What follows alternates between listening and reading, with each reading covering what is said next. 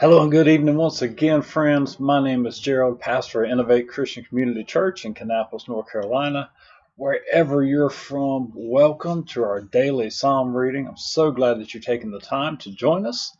As always, my hope and prayer is just that you're blessed and encouraged as we read God's Word together and see what He has to say through the Psalms.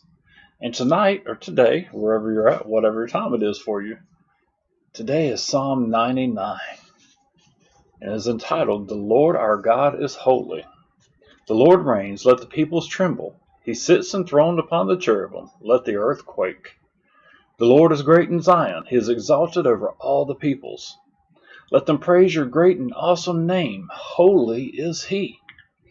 The King in His might loves justice. You have established equity, you have executed justice and righteousness in Jacob. Exalt the Lord our God, worship at His footstool, holy is He. Moses and Aaron were among His priests. Samuel also was among those who called upon His name. They called to the Lord, and He answered them. In the pillar of the cloud He spoke to them. They kept His testimonies and the statute that He gave them.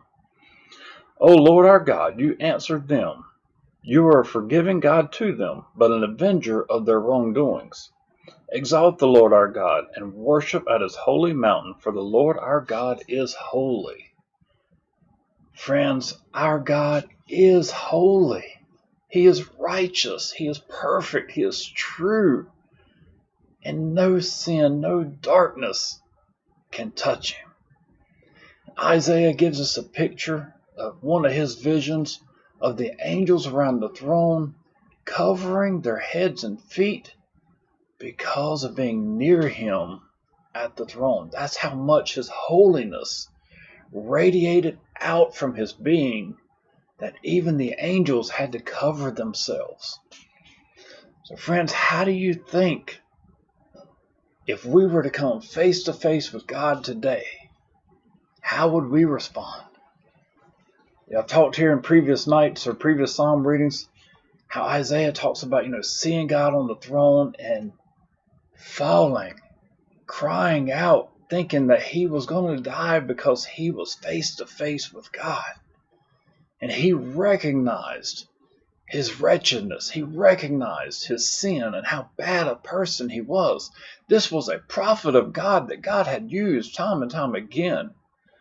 But yet he recognized his own unworthiness to be before the throne of God.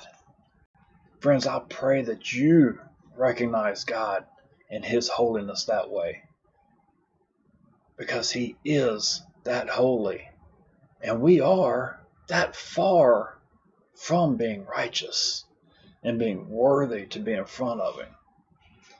But don't get depressed. I'm not here to beat you up, because the good news, the gospel as we say, is that God sent Jesus Christ to pay the penalty for mine and your wrongdoing, our failings at being righteous. And His righteousness, the Son of God, covers us, makes us righteous, makes us holy when our God looks at us, because we trust His Son. When God looks at us, He sees His Son. He sees His Son's righteousness. How awesome is that, friends? I pray that you know that truth. I pray that you have accepted that truth. And that then the Bible tells us that then we can approach the throne of God boldly, because Christ has made us holy.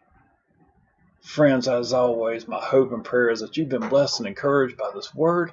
And if so, would you please pass it on to someone else so that they too can be blessed and encouraged. And I pray you come back again tomorrow, as we will be on here for our 100th Psalm.